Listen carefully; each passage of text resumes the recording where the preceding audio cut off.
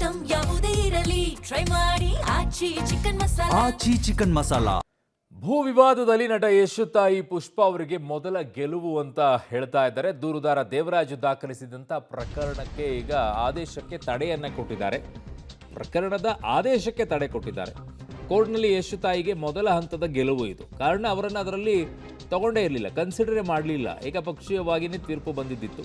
So ಕೋರ್ಟ್ನ ಮೂಲ ದಾವೆಯ ಆದೇಶ ಅನುಷ್ಠಾನಕ್ಕೆ ತಡೆಯನ್ನ ಕೋರ್ಟ್ ನೀಡಿದೆ. ಸೈಟ್ನ ಮಾಲೀಕರು ಅಂತ ಹೇಳಲಾಗ್ತಾ ಇರುವಂಥ ಲಕ್ಷ್ಮಮ್ಮ ಅವರ GPA ಹೋಲ್ಡರ್ ದೇವರಾಜು ಹಾಕಿದಂಥ ಕೇಸ್ನ ಆದೇಶಕ್ಕೆ ಈಗ ತಡೆ ಒಡ್ಡಿದ್ದಾರೆ. ಏಪ್ರಿಲ್ 16, 2025ರಂದು ಏಕಪಕ್ಷೀಯ ತೀರ್ಪಿನ ಜಾರಿಗೆ ತಡೆ ನೀಡಿದ್ದಾರೆ. ತಮ್ಮನ್ನ ಕಕ್ಷಿದಾರರಾಗಿ ಪರಿಗಣಿಸದೆ ಆದೇಶ ಮಾಡಲಾಗಿದೆ ಅಂತ ಯಶ್ ಅವರ ತಾಯಿ ಪುಷ್ಪ ಅವರು ಕೇಸನ್ನು ದಾಖಲಿಸಿರ್ತಾರೆ. ಕೋರ್ಟ್ ಆದೇಶ ಬಂದು 90 ದಿನದೊಳಗೆ ಮೇಲ್ಮನವಿ ಹಾಕದ ಬಗ್ಗೆಯೂ ಕೂಡ ಮಧ್ಯಂತರ ಅರ್ಜಿಯನ್ನು ಯಶ್ ತಾಯಿ ಹಾಕಿರ್ತಾರೆ. ವಿಳಂಬ ಅರ್ಜಿ ಮಾನ್ಯ ಮಾಡಿ ಪ್ರಕರಣದಲ್ಲಿ ಕಕ್ಷಿದಾರರಿಗೆ ಹಾಜರಾಗೋಕೆ ಅವಕಾಶ ಮಾಡಿದರು.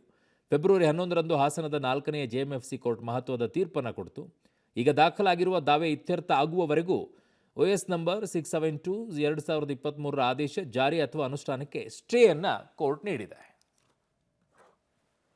ಓಕೆ, ಸ್ವತಃ ನಮ್ಮ ಜೊತೆಗೆ ಈಗ ಯಶೋವರ ತಾಯಿ ಪುಷ್ಪ ಅವರು ನಮ್ಮ ಜೊತೆಗಿದ್ದಾರೆ. ಮೇಡಮ್ ನಮಸ್ಕಾರ. ಚೆನ್ನಾಗಿದ್ದೀರಾ? ಚೆನ್ನಾಗಿದ್ದೀನಿ, ನೀವು ಚೆನ್ನಾಗಿದ್ದೀರಾ? ಚೆನ್ನಾಗಿದ್ದೀನಿ. ಸೊ ನಗು ಕಾಣಿಸ್ಕೊಳ್ತಾ ಇದೆ. ಮೊದಲನೇ ಗೆಲುವಾ ಇದು? ಇಲ್ಲ, ನನಗ್ ನಂಬಿಕೆ ಇತ್ತು. ಯಾಕೆಂದ್ರೆ ನಮ್ದು ಪೇಪರ್ ಪಕ್ಕ ಇತ್ತಲ್ಲ, ನಮ್ ಲಾಯರ್ ಮೇಲೆ ನಂಬಿಕೆ ಇತ್ತು. ಅಂದ್ರೆ ಫಸ್ಟ್ ಪೇಪರ್ ಪರ್ಚೇಸ್ ಮಾಡುವಾಗ ಲಾಯರ್ ನೋಡ್ತಾರಲ್ಲ, ಅವ್ರಿಗೂ ನಮ್ ಫ್ಯಾಮಿಲಿ ಲಾಯರ್ ಅವರು. ಹಂಗಾಗಿ ಆ ತರದ್ದೆಲ್ಲ ತಗೊಳಕ್ ಹೋಗಲ್ಲ ಸರ್, ನಮ್ಗೆ ಅಷ್ಟೊಂದು ಟೈಮ್ ಇರಲ್ಲ. ಬಟ್ ಏನೋ ಇದು ಅನಿವಾರ್ಯ ಆಗೋಯ್ತು ಅಷ್ಟೇ. ಬಟ್ ಇಷ್ಟೆಲ್ಲ ನಿಮ್ಮ ಹತ್ರ ಡಾಕ್ಯುಮೆಂಟ್ಸ್ ಇದ್ದಾಗ್ಲೂ ಕೂಡ ಯಾಕೆ ಈ ಕೇಸ್ನಲ್ಲಿ ಹಿಂಗಾಗೋಗಿತ್ತು? ಸರ್, ನಾನು ಕೇಳ್ತಾ ಇದ್ದಿದ್ದು. ನನಗೆ ಆ ಕಾನ್ಫಿಡೆಂಟ್ ಇತ್ತು. ನಮ್ಮ ಹತ್ರ ಪಕ್ಕಾ ಡಾಕ್ಯುಮೆಂಟ್ಸ್ ಇದೆ. ಊಡಾಗೆ ನಮ್ಮ ಇಂದ್ಲವರೆಲ್ಲ ಊಡಾಗೆ ಬೆಟರ್ಮೆಂಟ್ ಕಟ್ಟಿ ಸೈಟ್ ಮಾಡಿದಾಗೆಲ್ಲ ಚಾರ್ಜ್ ಕಟ್ಟಿ, ಆಮೇಲೆ ಈ ಖಾತಾ EC ಪ್ರತಿಯೊಂದು ನಮ್ಮ ಹೆಸರಲ್ಲಿ ಬರ್ತಾ ಇರ್ಬೇಕಾರೆ ಇದ್ಯಾವ ತರ ಅಂದ್ಬಿಟ್ಟು ನನಗೆ ಏನೋ ಈ ತರನು ಇರುತ್ತೆ ಅಂತ ಇದೆ ಫಸ್ಟ್ ಟೈಮ್ ನಾನು ಕೇಳಿದ್ದು. ಬಟ್ ಯಾವ್ದು ಸೈಟ್ ಮೇಲೂ ನಮ್ಗೆ ಹಿಂಗಾಗಿಲ್ಲ. ಬಟ್ ಇದ್ರ ಮುಖಾಂತರ ನಾನು ಹಾಸನ್ನ ಕೃಷ್ಣಬೈರೇಗೌಡ್ರಿಗೆ ಕೇಳಕ್ ಇಷ್ಟಪಡ್ತೀನಿ, ಉಸ್ತುವಾರಿ ಸಚಿವರಿಗೆ. ತುಂಬಾ ಗೋಲ್ಮಾಲ್ ನಡೀತಾ ಇದೆ ಹಾಸನ್ನಲ್ಲಿ. ಇದೊಂದು ಮಾಫಿಯಾ ಇದೆ ಇಲ್ಲಿ. ಅದನ್ನ ಅವರು ದಯವಿಟ್ಟು ಅದನ್ನ ನಮ್ದು ಕರೆಕ್ಟ್ ಆಯ್ತು ಅಂತ ಅಲ್ಲ, ಪ್ರತಿಯೊಬ್ಬರಿಗೂ ಈ ಕಷ್ಟ ಬರಕ್ ಮುಂಚೆ ಸರ್ಕಾರ ಎಚ್ಚೆತ್ಕೋಬೇಕು ಸರ್. ತುಂಬಾ ದೊಡ್ಡ ಪ್ರಾಬ್ಲಮ್ ಆಗ್ತಾ ಇದೆ ಇದು.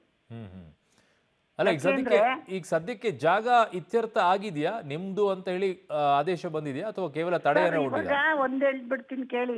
ಫಸ್ಟ್ ಆಫ್ ಆಲ್ ಅವ್ರ ಪೇಪರ್ ಅಲ್ಲಿ ಅವ್ರು ಆರ್ಡರ್ ಇಟ್ಕೊಂಡು ಮಾತಾಡ್ತಿದ್ದು ನಮ್ ಪೇಪರ್ ಮೇಲೆ ಅಲ್ವೇ ಅಲ್ಲ, ಗೊತ್ತಾಯ್ತಾ? ಅವ್ರದ್ದು ಹೆಂಗಿರುತ್ತೆ ಸರ್, ಇಲ್ಲಿ ನಾವು ಬೆಟರ್ಮೆಂಟ್ ಕಟ್ಟಿ EC ನಮ್ಮ ಹೆಸರಲ್ಲಿ ಬಂದು 45 years ಇಂದ ನಾವು 3 ಜನ ಮೇಂಟೈನ್ ಮಾಡಿದೀವಿ. ಯಾವ್ದೋ ಒಂದ್ ಪೇಪರ್ ಇಟ್ಕೊಂಡ್ ಬಂದು ಅವ್ರು ಆಟ ಆಡ್ತಿದ್ರು. ಅದು ಕೋರ್ಟ್ಗೆ ನಾವು ನಮ್ಗೆ ಫೇಕ್ ನೋಟಿಸ್ಗಳು ಕಳ್ಸೋದು ಈ ತರ. ಅಲ್ಲಿ ಕೋರ್ಟ್ ಒಳಗಡೆ ಇವ್ರು ಅಡ್ಜಸ್ಟ್ ಮಾಡ್ಕೊಂಡ್ಬಿಟ್ಟಿದ್ದಾರೆ ನೋಟಿಸ್ ಕಳ್ಸೋರ್ನ. ಇವ್ರು ಅವ್ರು ಕರೆಕ್ಟ್ ಟೈಮಿಗೆ ನಮಗ್ ಬಂದು ನೋಟಿಸ್ ಕೊಟ್ಟಿಲ್ಲ, ನಾವು ಕೋರ್ಟಿಗೆ ರೆಸ್ಪಾನ್ಸ್ ಮಾಡಿಲ್ಲ ಅನ್ನೋ ತರ ಮಾಡಿದ್ದಾರೆ.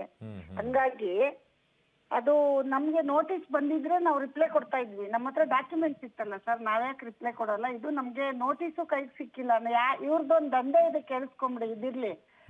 ಏನಂದ್ರೆ ಸರ್, ಯಾರ ಮನೇಲಿರಲ್ಲ ಆಯ್ತಾ ಹಾಸನ್ನಲ್ಲಿ, ಇದು ನಾನು ಇತ್ತೀಚೆಗೆಲ್ಲ ರಿಸರ್ಚ್ ಮಾಡಿ ತಿಳ್ಕೊಂಡಿದ್ದು. ಆಮೇಲೆ ಯಾರು ಬಿಸಿ ಇರ್ತಾರೆ, ಯಾರು ಹೊರಗಡೆ ದೇಶದಲ್ಲಿ ಇರ್ತಾರೆ, ಇಂಥ ಸೈಟ್ಗಳ ಮೇಲೆ ಇವ್ರದೊಂದು ದಂಧೆ ನಡೆಯುತ್ತೆ. ದಂಧೆ ಇಟ್ಕೊಂಡಿದ್ದಾರೆ, ಇವತ್ತಿಗೂ ನಡೀತಾ ಇದೆ, ಹಿಂದಿನಿಂದ ನಡೀತಾ ಇದೆ. ಇದು ಯಾವ್ದು ಬೆಳಕಿಗೆ ಬಂದಿಲ್ಲ ಹಾಸನ್ನಲ್ಲಿ. ನಮ್ದು ಸ್ವಲ್ಪ ಸೆಲೆಬ್ರಿಟಿ ಆಗಿದ್ರಿಂದ ಇಷ್ಟು ಸುದ್ದಿ ಆಯ್ತು, ಇದು ಆಚೆ ಬಂತು. ಇದುವರೆಗೂ ದಿನ ಬೆಳಿಗ್ಗೆ ಇದ್ರೆ ಅವ್ರ ಕೆಲ್ಸನೇ ಅದಂತೆ ಸರ್, ಹೋಗೋದು ಯಾವ ಸೈಟ್ ಖಾಲಿ ಇದೆ, ಯಾವ್ದೋ ಒಂದು GPA ಇಟ್ಕೊಳ್ಳೋದು. ಪೊಲೀಸ್ ಇನ್ವಾಲ್ವ್ಮೆಂಟ್ ಇದೆ ಇದ್ರಲ್ಲಿ, ಪೊಲೀಸು, ಲಾಯರು, ಮತ್ತೆ ಈ ಕೆಲ್ಸ ಇಲ್ಲದೆ ಸುತ್ತಾಡೋರು, ಆಮೇಲೆ ಈ ರಾಜಕೀಯ ಕಾಂಗ್ರೆಸ್ ಅಲ್ಲಿ ಒಂದಿಬ್ರು ಹೆಸರು ಟಿಕೆಟ್ಗೆ ಓಡಾಡ್ತಿದೀವಿ ಅನ್ನೋರು, ಇವ್ರೆಲ್ಲರ ಇನ್ವಾಲ್ವ್ಮೆಂಟ್ ಇದೆ ಸರ್. ನಾನು ಅದನ್ನ ರಾಜಾರೋಷವಾಗಿ ನಂದೆಲ್ಲ ಆಗ್ಲಿ ಸರ್, ನಾನು ಬಂದು TV ಸ್ಟೇಟ್ಮೆಂಟ್ ಕೊಡ್ತೀನಿ. ಯಾಕೆಂದ್ರೆ ನನಗಾಗಿರೋ ಅನುಭವ, ನಾನು ಹೇಳಲಿಲ್ಲ ಅಂದ್ರೆ ಬೇರೆಯವ್ರಿಗೆ ತೊಂದರೆ ಆದಾಗ ನಾನು ಗೊಂದಲ ಆಗೋಯ್ತು ನನಗೆ. ಏನಪ್ಪಾ ಇದು ಇಷ್ಟು ಚೆನ್ನಾಗಿರೋ ಪೇಪರ್ ಮೇಲೆ ಹಿಂಗೆ ಅಂದ್ರೆ ಮತ್ತೆ ಯಾರು ಎಲ್ಲಿ ಗೌರ್ಮೆಂಟ್ ಸೈಟ್ ಇದು, ಇನ್ನೆಲ್ಲ ಹೋಗಿ ತಗೊಳಕ್ ಸಾಧ್ಯ? ಅಲ್ಲ, ಬೇರೆದವರು ಇದೇ ರೀತಿಯಾಗಿ ಅಬ್ಜೆಕ್ಷನ್ ಹಾಕಿದಾರ? ಅವರು ಇದೇ ರೀತಿ ಸಮಸ್ಯೆ ಆಗಿ ಜನಕ್ಕೆ ಮಾಡ್ತಾ ಇದಾರೆ, ಯಾರು ಆಚೆ ಬಂದ್ ಮಾತಾಡಿಲ್ಲ. ಈಗ ನಾನು ಒಂದು ಮಹಿಳೆಯಾಗಿ ಆಚೆ ಬಂದೆ. ಅವರು ಕೋರ್ಟಿಗೆ ಅಪೀಲ್ ಮಾಡಿದಾರ ಉಳಿದವರೆಲ್ಲ? ಇಲ್ಲ, ಇವ್ರು ದುಡ್ಡು ಇಸ್ಕೊತಾರೆ ಸರ್. ನಮಗೂ ಸೆಟ್ಲ್ಮೆಂಟ್ ಬಂದಿದ್ರು, ನಾವು ದುಡ್ಡು ಕೊಡದಿರೋದಕ್ಕೆ ಇಷ್ಟು ಗಲಾಟೆ ಮಾಡಿರೋದು. ನಾವ್ಯಾಕೆ ಸರ್ ದುಡ್ಡು ಕೊಡ್ಬೇಕು? ಕಳ್ಳರ ಜೊತೆ ನಾವ್ಯಾಕೆ ಕಳ್ಳರಾಗ್ಬೇಕು ಹೇಳಿ? ಓಕೆ.